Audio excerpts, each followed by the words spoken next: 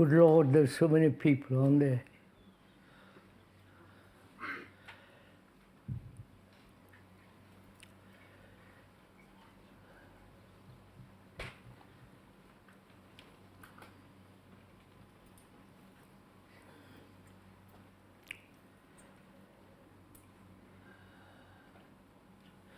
There are going to be 4 talks and a couple of question and answer meetings through these 10 days.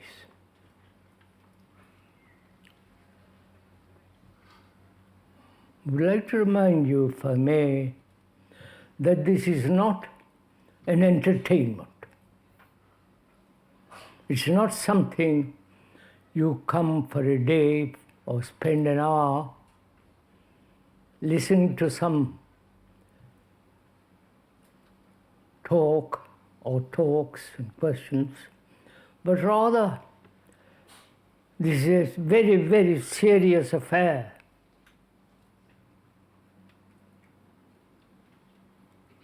And if you have come here out of curiosity, or because you've seen something on the TV and you feel like listening to this chap, that isn't good enough. We are here as a gathering of very serious people. At least one hopes so. And we are not trying in any way to convince you of anything, of any new theories, new conclusions, new concepts or ideas. To the speaker, all those things are really an abomination. They have no meaning in daily life. And this is not something popular.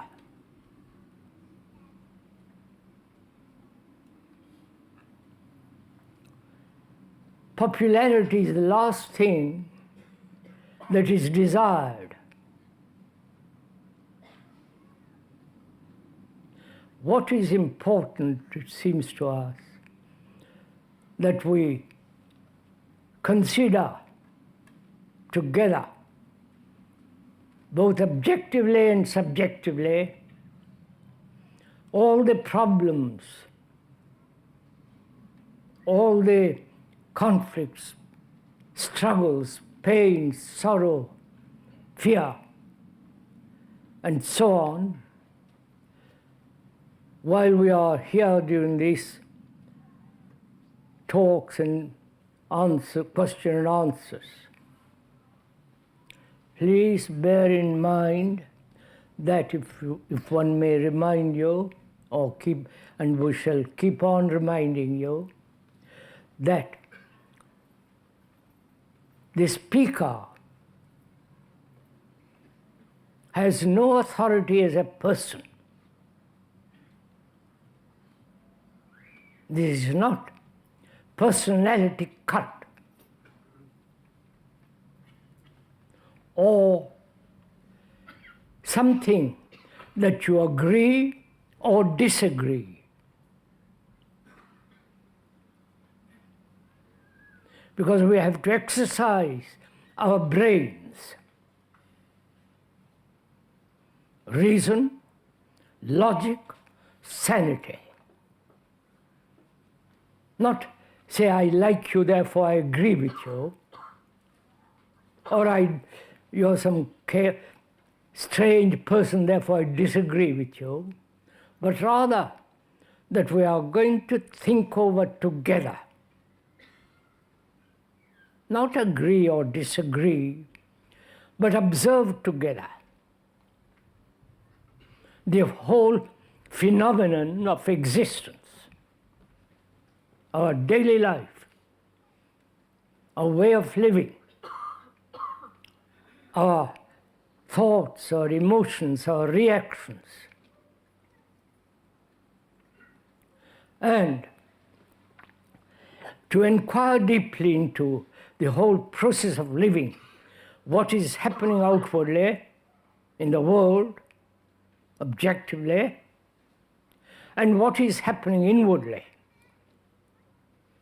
subjectively, that is psychologically, or if you do not like that word, subjective or psychological states, inside the skin, not the bones and the blood and sinews and so on, but the whole unexplored by each one of us.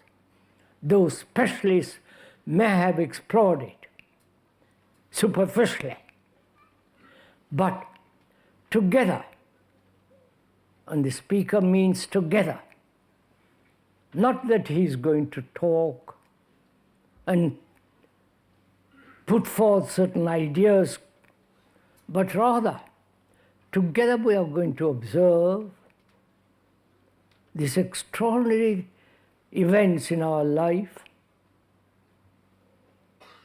the conflicts,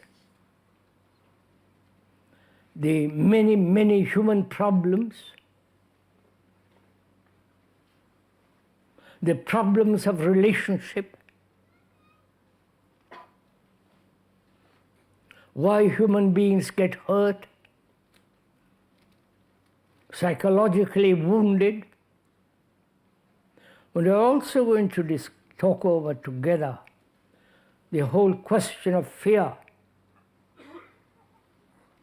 It's possible ever to be free of fear. First, not outwardly, objectively, but subjectively, inwardly, to be entirely free of fear. And we're going to talk over together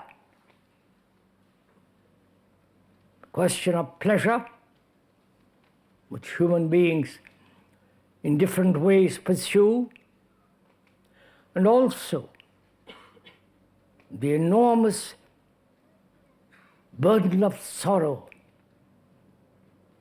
not only of one's own, but the sorrow of humankind.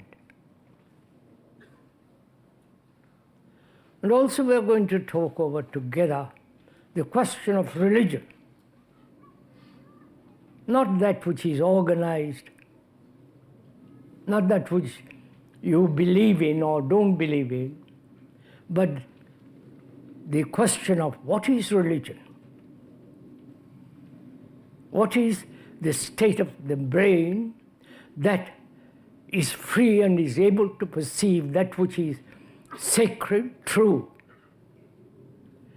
And also we are going to talk over together death,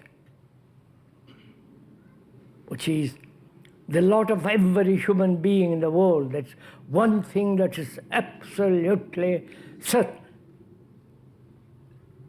And also, we're going to talk over together meditation and so on. So we are concerned with the whole of life, not one aspect of it, nor one particular form, but the whole of our existence on this earth. And we will also talk over together what is beauty.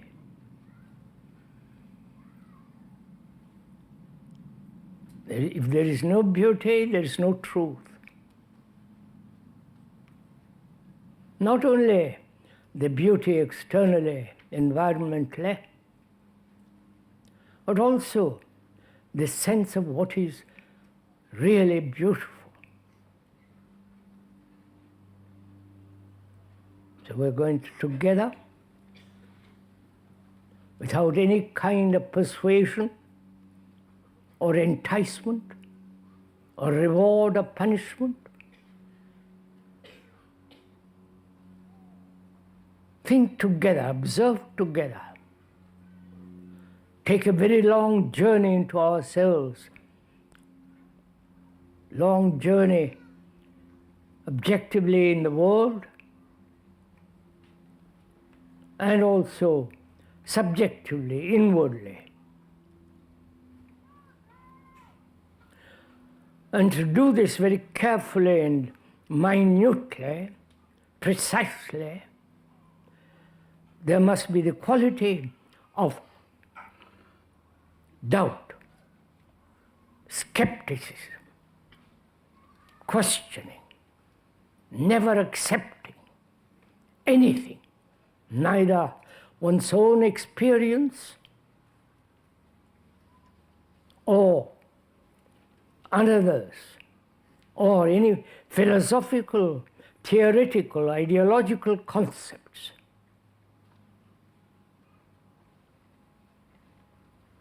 If we are prepared for this, each one of us, then we see for ourselves how important it is, how serious it is. Not something one comes for a weekend, when it's a long holiday, I believe, bank holiday, but rather we give our energies and we have leisure, at least for an hour or two this morning, and talk over together these problems.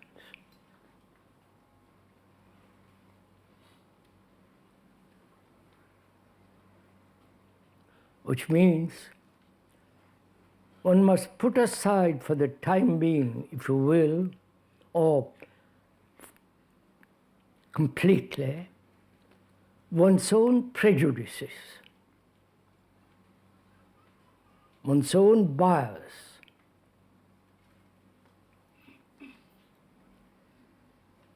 one's own obstinate or light opinions, because they distort, prevent, block when the accurate perception is to take place.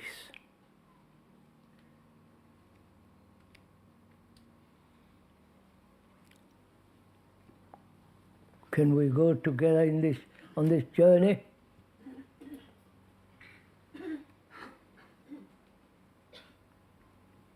Not with tremendous effort,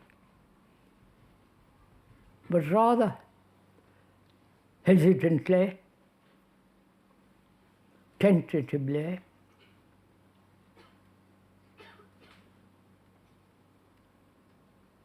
not following anybody. There is no guru and all that nonsense. In so-called psychological, subjective matters, there is no authority. Either the authority of one's own experience, the authority of one's own knowledge, and all knowledge is limited, we'll all go into all this, or obeying some concept. All this prevents naturally clear perception.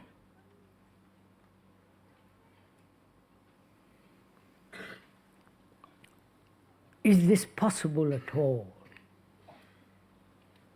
To be free of one's own conclusions, the concepts and images that one has built for oneself as a guide,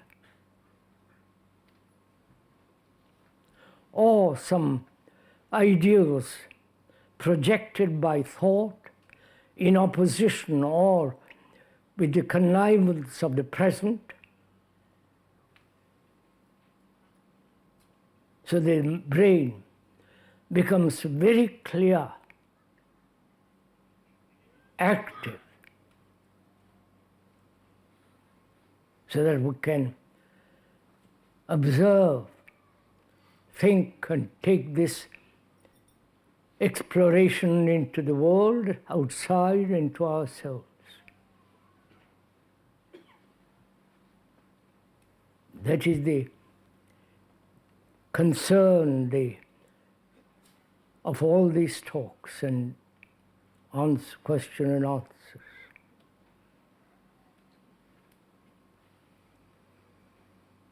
There is no authority in this matter.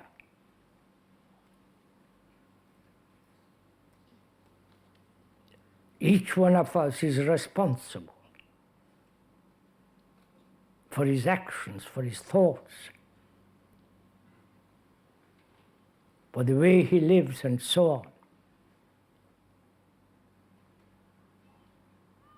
And if we want to blame others or the environment or the society is what we have made of it.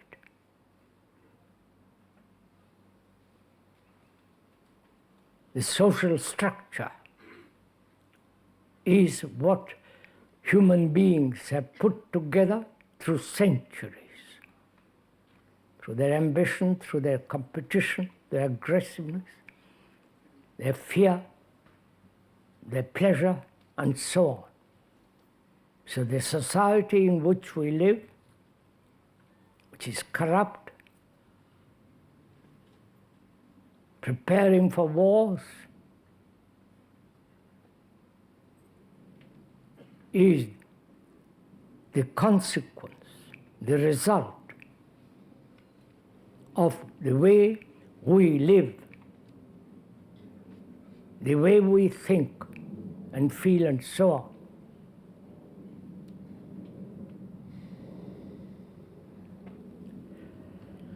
In considering all this, are we wasting our life?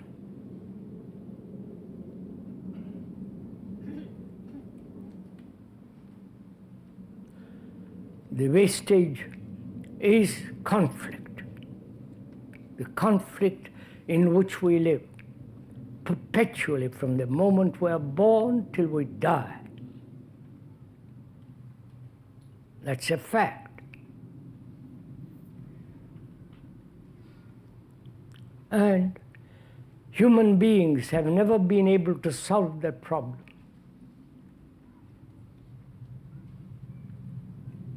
Which is a very complex affair,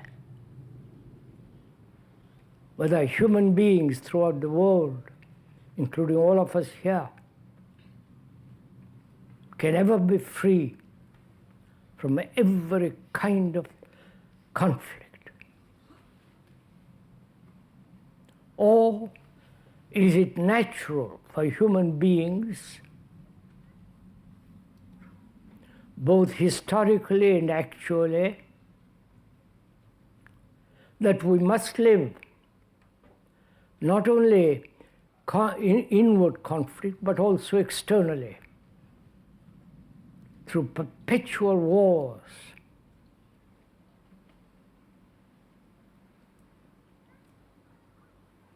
killing each other. Perhaps in the old days, 5,000 or 6,000 people were killed. Now you can vaporize 1,000,000 human beings with one bomb. And this is called progress. And every nation in the world is gathering armaments, of which you all know, supplied by this country. 80% of it goes abroad, the armaments, so it's America, Russia, Germany, and so on. We have accepted this as the natural way of life. Conflict, butchery, maiming each other, terrorism, and all that is happening in the world. And apparently, we don't seem to mind.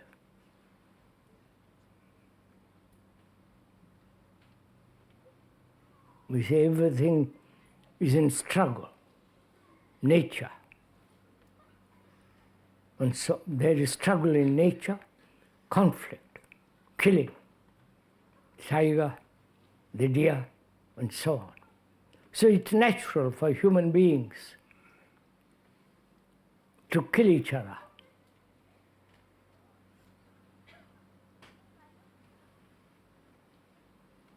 Though their religion, their so-called religion, their belief, says live peacefully, love one another, which has been said thousands and thousands of years before. Not just Christianity. Christianity has killed probably more people than any other religious organization.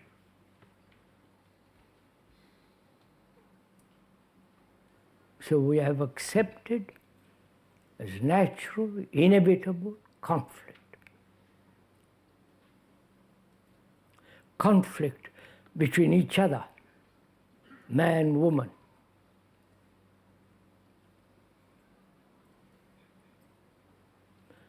And one asks,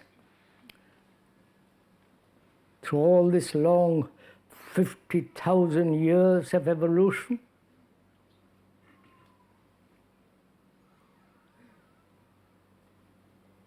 we are now at the apex of so-called sophisticated human beings. Is this natural? Is this inevitable? That we must live in conflict, right? Can we go into this together?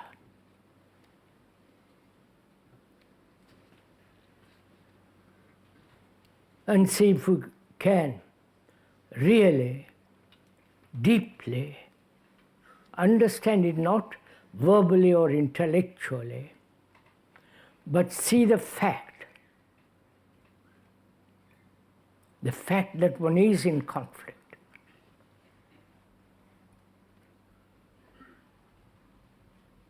And whether it can possibly end.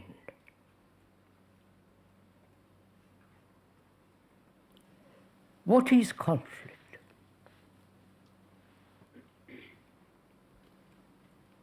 Do ideals bring about conflict?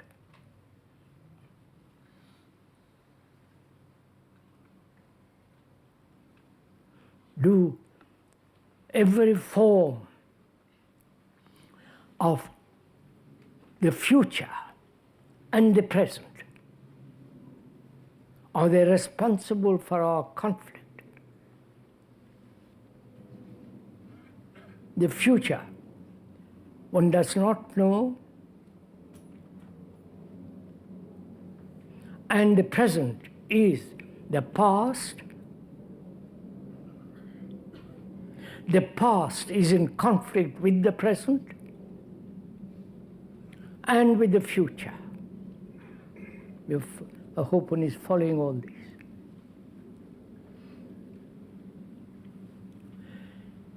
Is conflict the duality of like and dislike, the good and the bad, what should be and what is? Does conflict arise from these factors?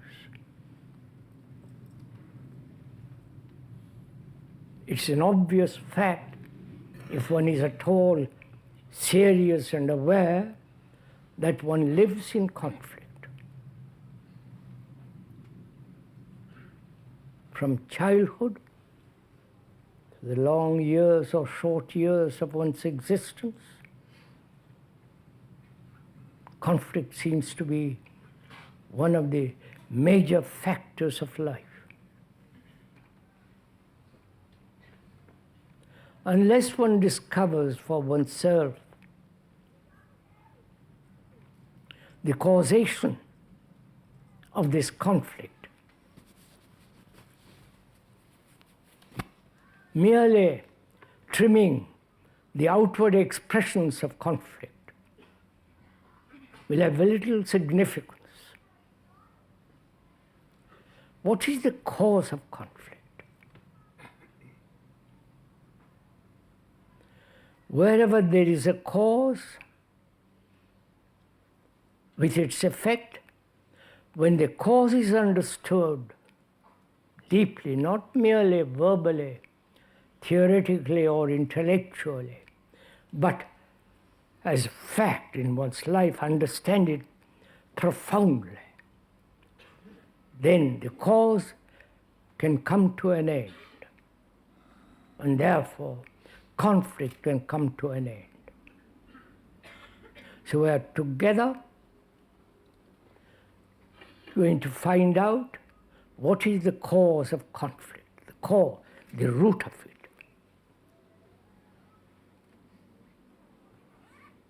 And of course, if you admit that conflict is inevitable, it's natural, as human beings for the last millennia have lived in conflict, so why shouldn't we also? That kind of argument is rather, if I may say, rather silly and inept. But if one could go into examine, perceive, have an insight into the causation of conflict, and then perhaps that will end.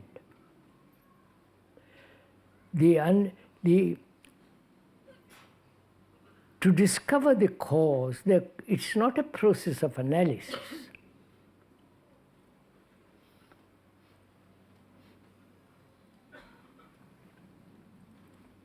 Analysis implies, doesn't it, the analyzer and the analyzed, right? The one who says, I must find the cause of this conflict, and then he begins to investigate as though it was something outside of him, then he analyzes that. Is not the analyzer the analyzed? Please go into this with a little bit, if you will. We're asking, is not the analyzer, or put it differently, is the analyzer different from that which he analyzes?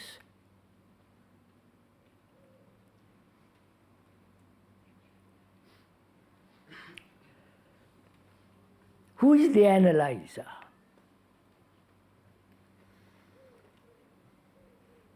Apart from the professional psychologists, psychiatrists, and so on, in this, what we are doing now is to understand the causation of conflict.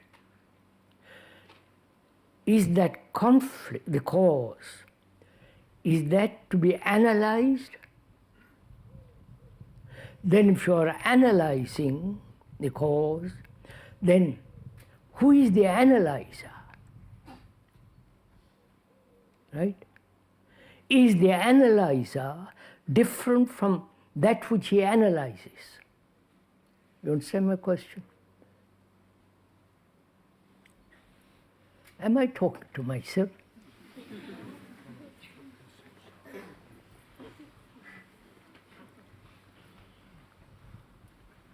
Are you really interested in all this? Yes. Please, don't encourage the speaker. He's not worth it. Are you really interested in all this? Yes. No, please. This is very serious, you understand? It's not just something for an hour. It's your life. It's your way of living, the whole question of love and tenderness, care, affection, all that's involved in this. isn't just agreement with the speaker, which is so becomes rather absurd.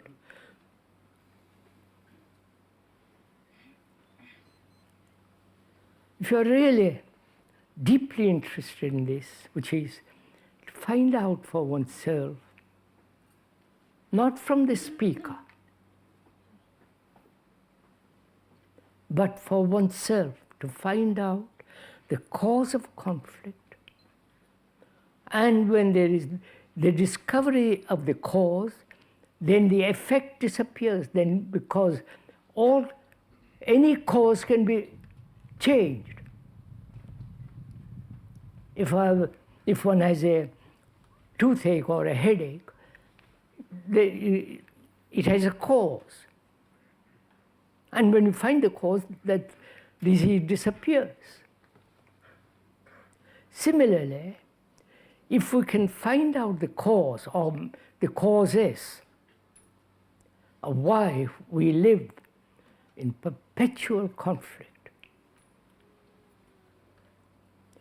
and to delve deeply into that is not a process of analysis, because analysis implies a division between the analyzer and the analyzed.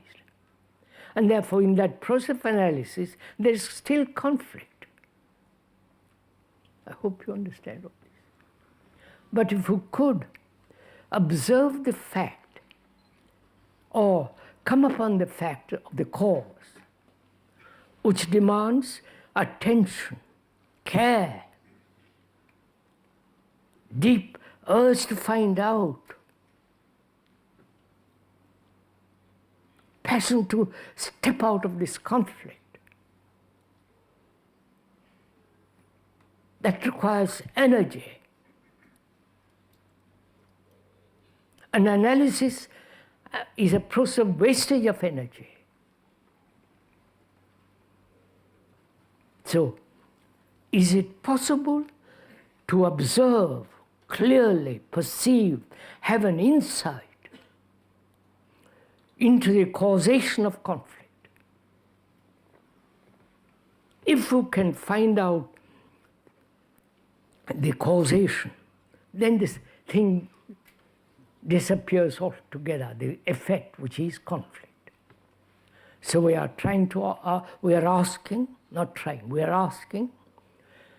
is the cause thought? Thought itself.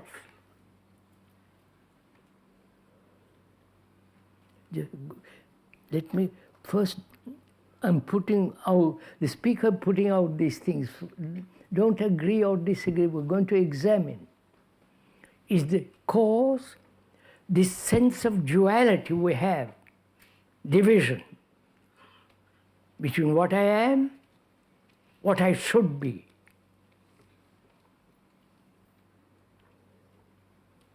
The should be is a projection of thought. That is, one does not like the way one is living, or is painful, therefore one projects a concept of a better way of living, an ideal, and conforming oneself to that ideal.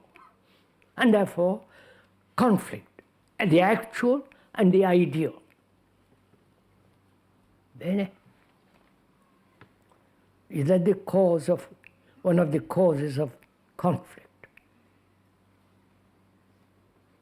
Which means we never face actually what is. Right? Always moving away or escaping from actually observing the actuality, the pettiness of our life, the idiosyncrasies and so on. To observe without any prejudice, opinion, without the background of one's own culture, conditioning.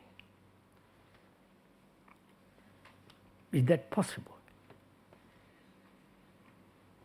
Or is it given only to the few, to the elite, and therefore is not something that each person can be free of? You understand all these questions? So, is one of the causes of conflicts is time, which is the future,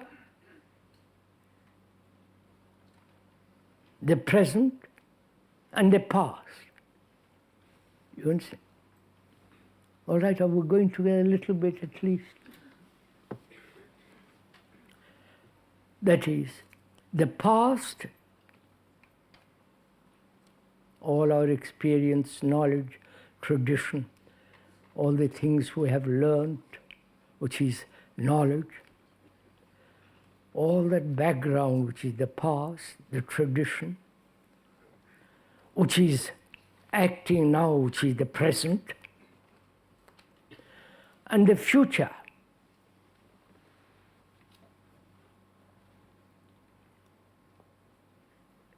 will be what we are now. Right? Tomorrow is what I am today. Modified perhaps slightly on the edges, on the frills, but tomorrow will be what I am actually now. And of course, unless there is a radical change, tomorrow then is totally different. That is, all time is contained in the present. The past, the present, and the future. All that is now. Right? So future is now. The tomorrow is now.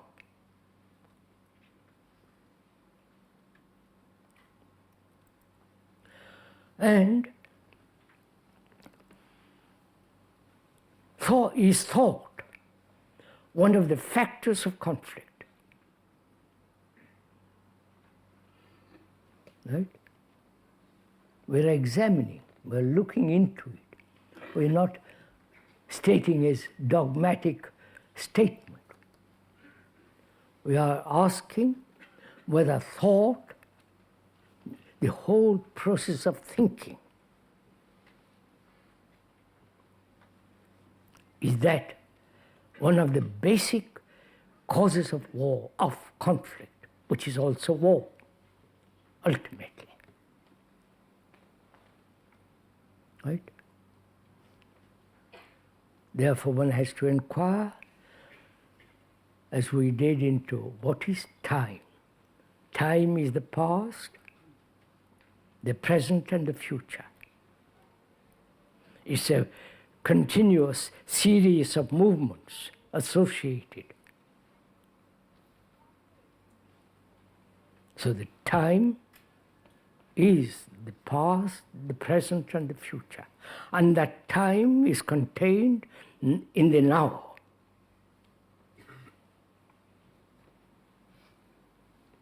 Is that one of the factors of conflict? Time. And also we're asking, is thought, the whole process of thinking, both objectively and subjectively, thinking, is that also one of the major causes of conflict? And to go into that, we have to ask, what is thinking?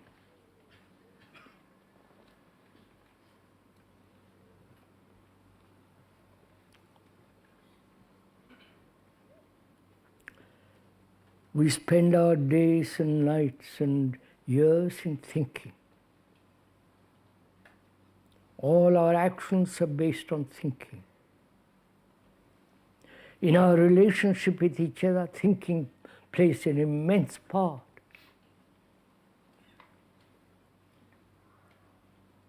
Thinking is part of recognition, knowledge. Thinking has done extraordinary things subjectively.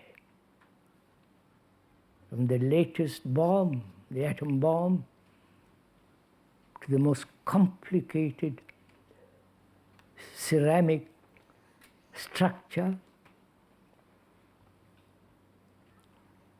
the great battleships, submarines, computers, and also thinking has given mankind great medicine, surgery, and so on.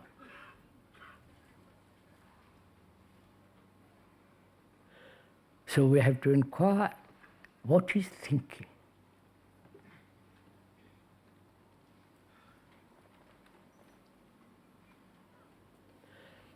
When the question is asked, what is thinking? Are you thinking or listening to the question, what is thinking, and observe thinking? You've understood? Yes. No, don't think, please. This.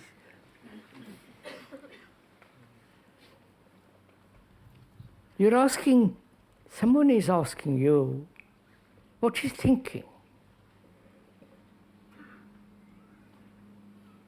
Do you immediately find what is thinking, work at it, or inquire, search, or do you listen to the question? You understand? Listen, which means there must be quality of silence when you are listening. Right?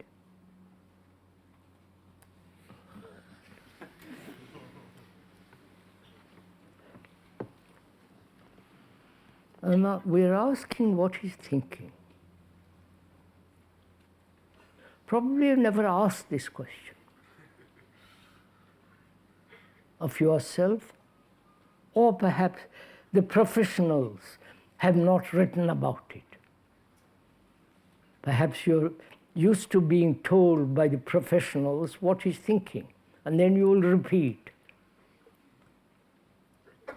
But that is not that prevents inquiry into what is thinking. You're just merely repeating. That's not thinking. So what is thinking?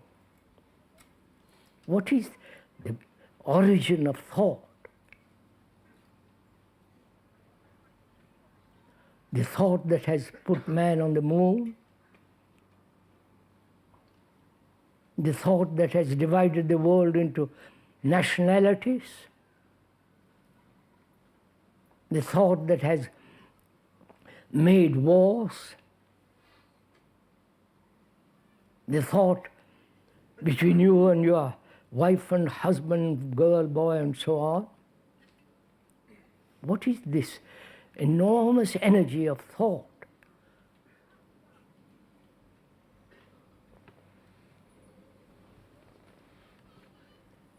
Is not thinking a process of process of memory, right? Process of memory. Memory is stored in the brain, which memory comes with knowledge. Knowledge is based on experience, right? All scientific knowledge is based on experiment, theories, hypothesis, knowledge. Always adding more and more and more. in any field, whether it be in the mathematical world, biological, or aerodynamics and so on. In every field, knowledge is based on experience. When there is knowledge is being added all the time, accumulated, therefore experience is limited.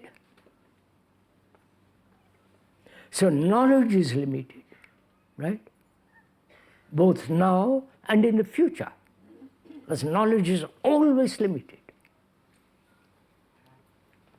And so memory is limited, and thus thought is limited. Anything that is limited must cause conflict, right? If one is thinking about oneself from morning till night, as most people do, their worries, their problems, their like and dislike, they're perpetually concerned with their own self, that's a very, very limited way of living. And therefore, that which is limited must inevitably cause conflict. When Britain says, we are British, it's very limited. And therefore, they're perpetually at war with they've lost empires, all that business. France is limited, and so every country wanting security creates boundaries of thought, culture, language, and therefore is limited. So every form of limitation must inevitably cause conflict. And one finds security in this limitation, right? Because the brain is seeking all the times in some form of security, whether the security is illusory or actual. And most of us want security in some form of illusion.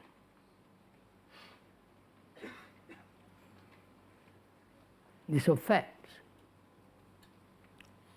And so thought, being always limited, it can think expansively. It can imagine the limitless horizon, limitless universe. But because it thinks, it imagines, therefore that is limited. So wherever there is a limitation, there must be war, there must be conflict, because that limitation divides, separates. Are we together in this? Little bit at least. So when you see that, will you cease to be British? Will you cease to be German, French, Indian, and all that nonsense?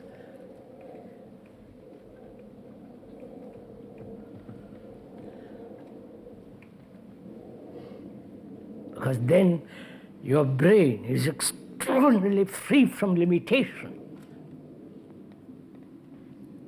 And it's got tremendous energy there. So limitation is the wastage of life. You understand this? When one is thinking about oneself, that is how to meditate, how to become religious, how to be happy, how to be,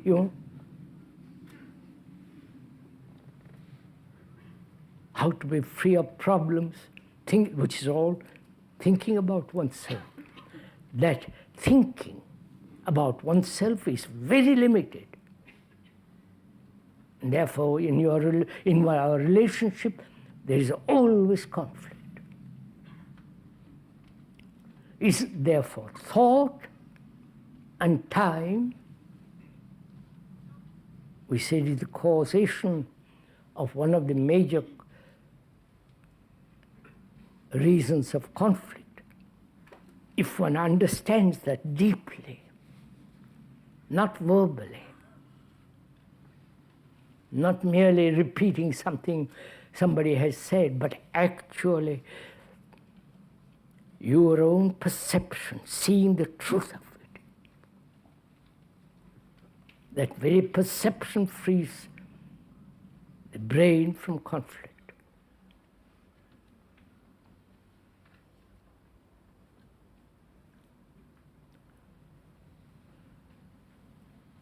Then the question arises from that, is it possible in our relationship with each other, man, woman, boy and girl, and all the rest of it, can we live in a relationship in which there is no shadow of conflict? Or getting tired? Can go on.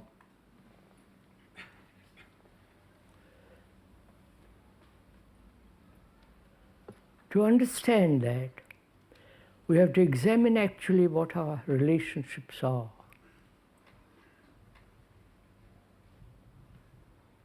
Actually, not what we think should be, the actual fact of our relationship with another, whether it be a man or woman, man and man, and so on. What's our relationship? We cannot possibly exist by ourselves. One may go to a monastery or go off to some Asiatic country, including India, and disappear into the mountains in search of some truth or some guru, or all that nonsense. One cannot live on earth without a relationship. Relationship is the most important thing in life.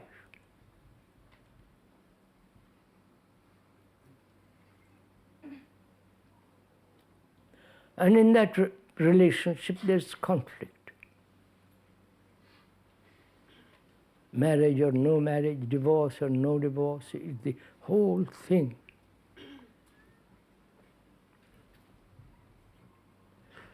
And in that relationship,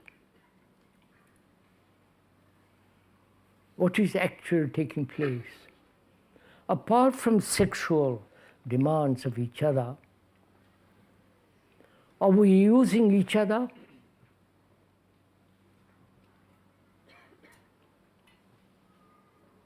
Exploiting each other? Trying to fulfill our own desires, our own urges in each other?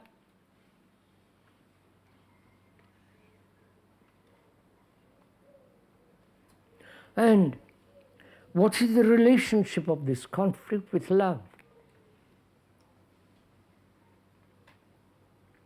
In relationship, can the two exist together? Can jealousy, antagonism, each one pursuing his own way,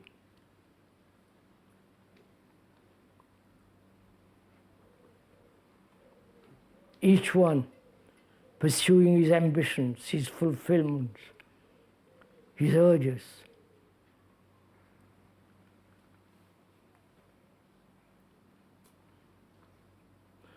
and sexually meeting and having children, but the conflict goes on.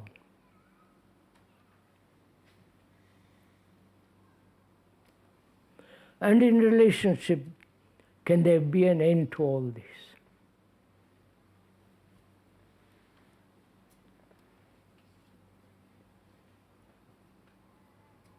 So, what's the cause of this conflict in relationship?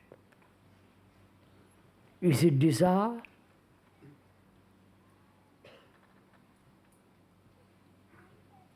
Is it the obsession of possessing each other, depending on each other? I can't live without him or her.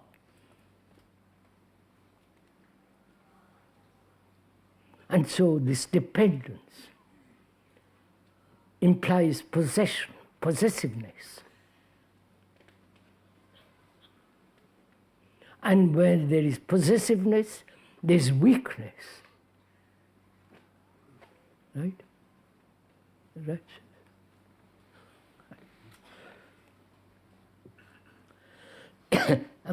Is the speaker telling a fairy story?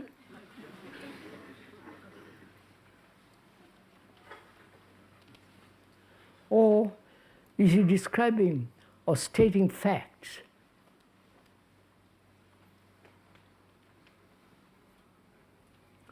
And those facts are, there is no love.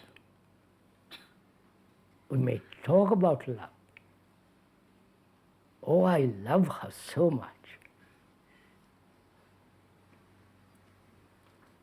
You know all that business very well. And in that, there is dependence, attachment, fear, antagonism, gradually jealousy, you follow? The whole machinery of human relationship, with all its agony, fear, loss, gain, despair, depression, you know all this. Don't you know all this?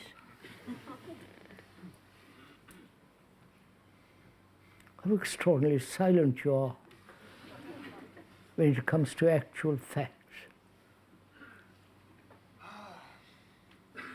And how can all this end? So that we have real relationship with each other, between man and woman.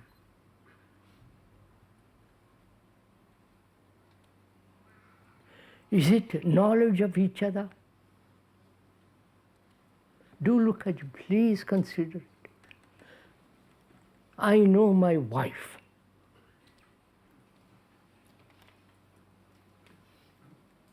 Which is what? When you say, I know her, she's my wife, what does that mean? Or is my girlfriend, or whatever it is. Actually, is it all the pleasure, the pain, the anxiety, the jealousy, the struggle, with occasional flashes of tenderness?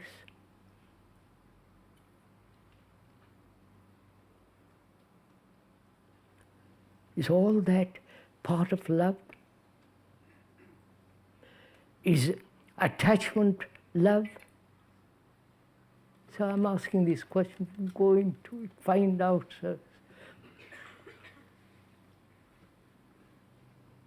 One is attached to one's wife. Tremendous attachment. What is implied in that attachment? One cannot stand by oneself. Therefore, I must depend on somebody, whether it's a husband or some psychiatrist or some, guru and all that. Tummy around.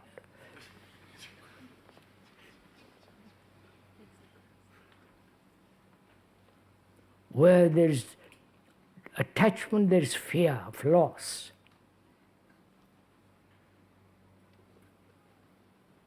Where there is attachment, there is a sense of deep possessiveness. And therefore, it breeds fear. You know all this.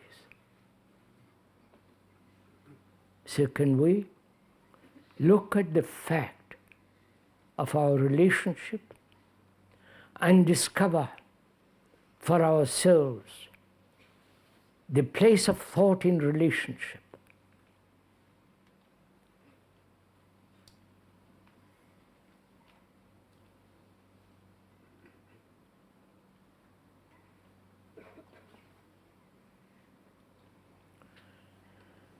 As we said, thought is limited, which is a fact. And if in our relationship thought plays a prominent factor, then in that relationship, that factor is limiting. So our relationship with each other is limited, and therefore inevitably must breed conflict. There is the conflict between the Arab and the Israelis.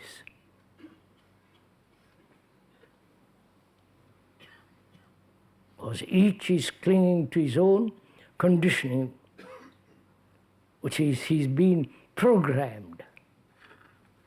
Right? Each human being is programmed like a computer. I know it sounds cruel, but it's a fact.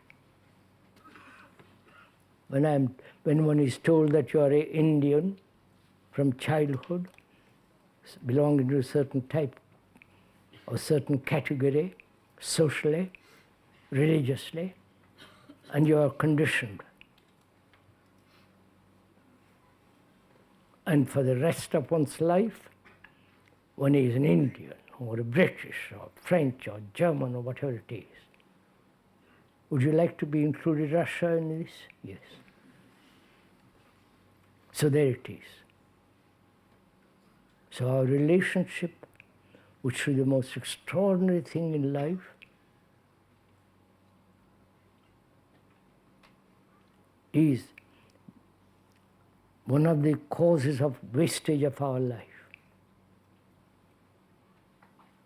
We are wasting our life in our relationship.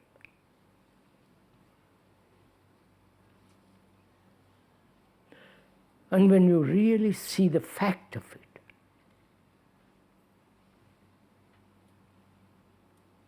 give your attention to it. That is, to understand very deeply the nature of thought and time, which have nothing whatsoever to do with love. Thought and time is a movement in the brain. And love is outside of the brain. Please go into this very carefully, because what is inside the skull is very important. How it functions. What are its blockages? Why it is limited? Why there is this perpetual sense of chattering? Thought after thought. A series of associations,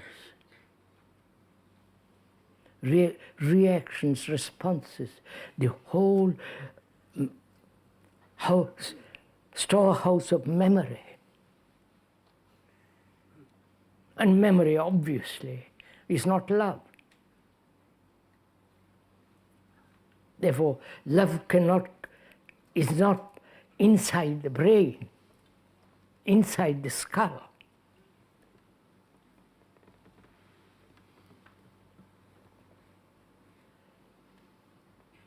And when we are merely living inside the skull all the time of all the days of our life, thinking, problem after problem, which is to live inside this limitation that must inevitably breed conflict and misery. One has heard all this. if you have listened at all. And what are we going to do about it?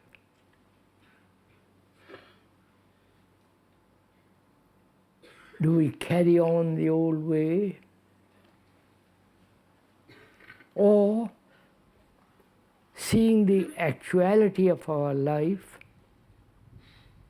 our daily life, and see the various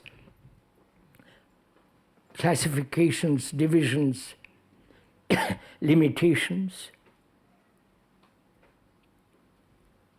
and go inquire into them, go pursue them day after day, never letting one thought escape without understanding it.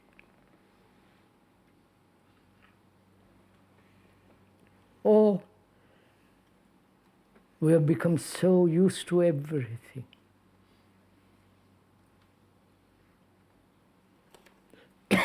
Used to our religion,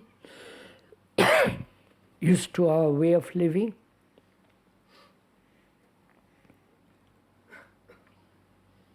accepting everything.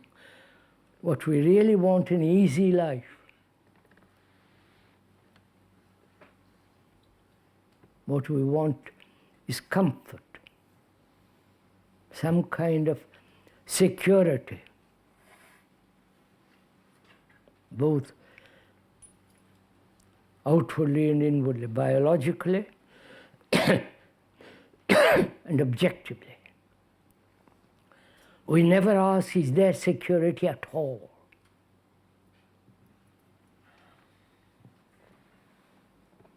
Is there security outwardly in any nation?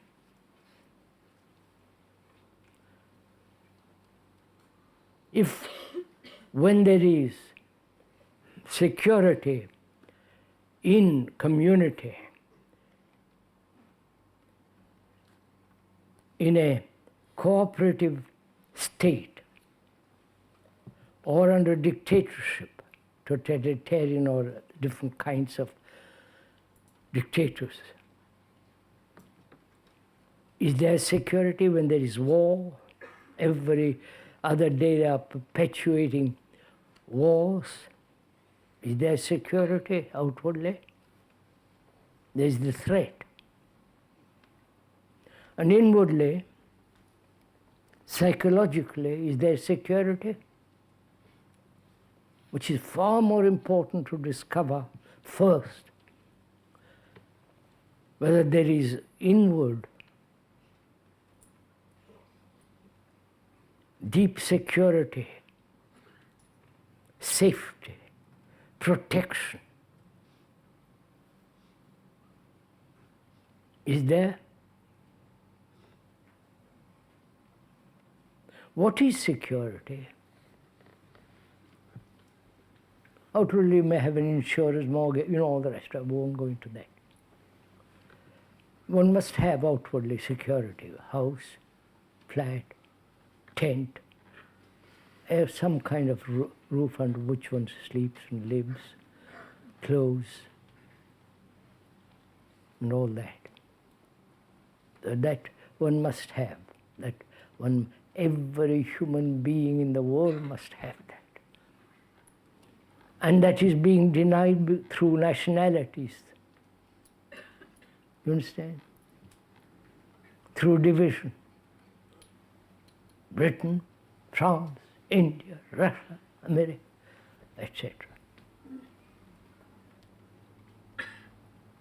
So inwardly, is there security? One can invent an illusion, God, the ultimate illusion. And one can hold on to that.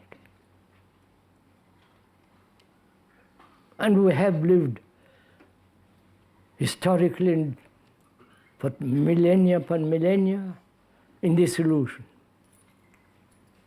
with priest rituals and all that business. power. Right? Power, position, status. Outwardly, that's very important for people who want power. And power is strangely destructive. Whether it's a political power, religious power, or the power over your wife or husband, or the power of the guru. My God, just think of it. Which is the priest, and so on. So where is there security for human beings?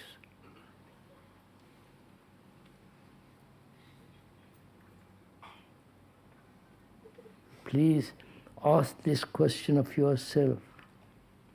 Where have you, as a human being living on this world, on this earth, which is so marvelous, which is so being destroyed slowly,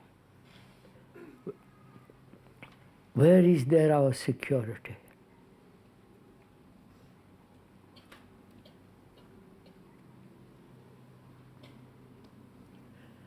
Security means something permanent, something that doesn't change, that has no disappearance, that is firm, solid, immovable. Is there such security? Because the brain needs security.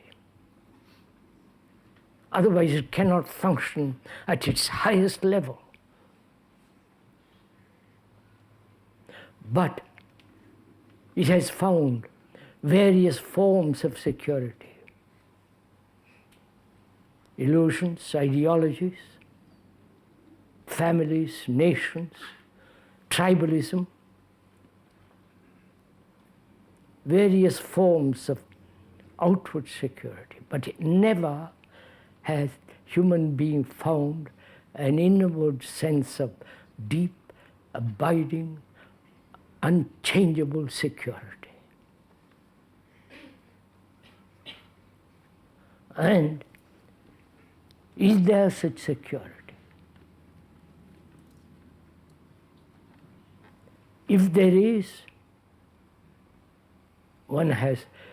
if one has come upon it, then there is no fear of any kind. That is timeless.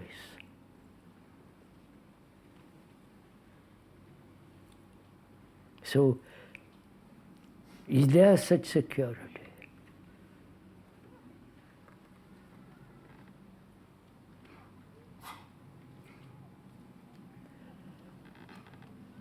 Thought cannot possibly provide that security, because thought, as we've said, is limited.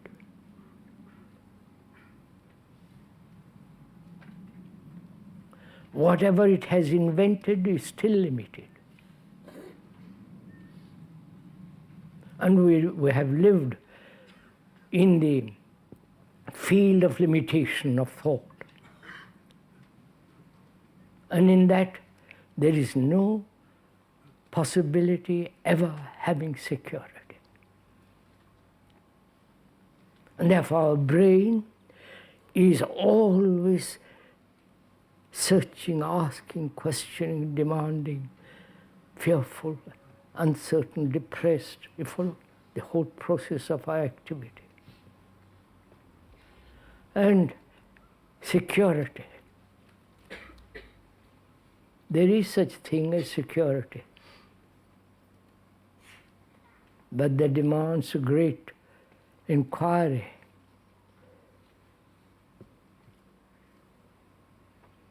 Security in freedom.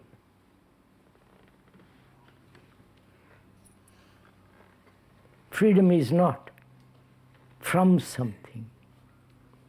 Freedom from fear, freedom from anxiety and so on. They're all partial, limited. That freedom is not limited. Is there such freedom?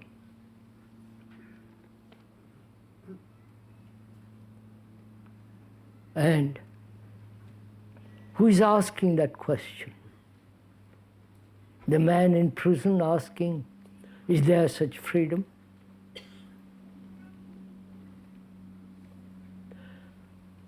He can only find out such freedom if he leaves the prison. But we want to live in the prison, and yet we're asking for freedom. Right? This is an obvious fact. We love our prison, or we are unaware of it. And when it is pointed out, the prison, all that one does is try to accept the words, all that business, but one never breaks the prison, never shatters the prison.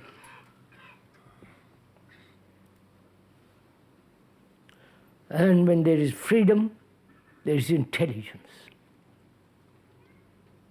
It's that intelligence we should talk about as we go along. It is in that intelligence in itself is absolute security, unshakable. But it depends on nothing,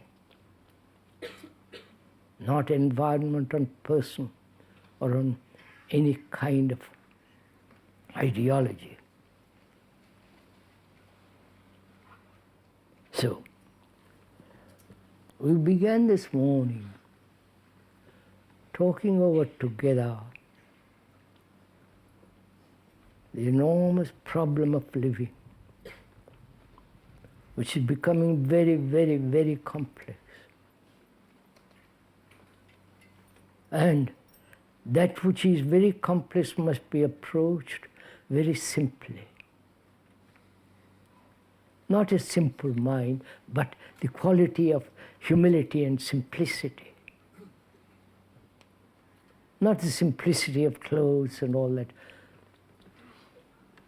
but the simplicity of a brain that starts a journey and must go on till it finds the end of it.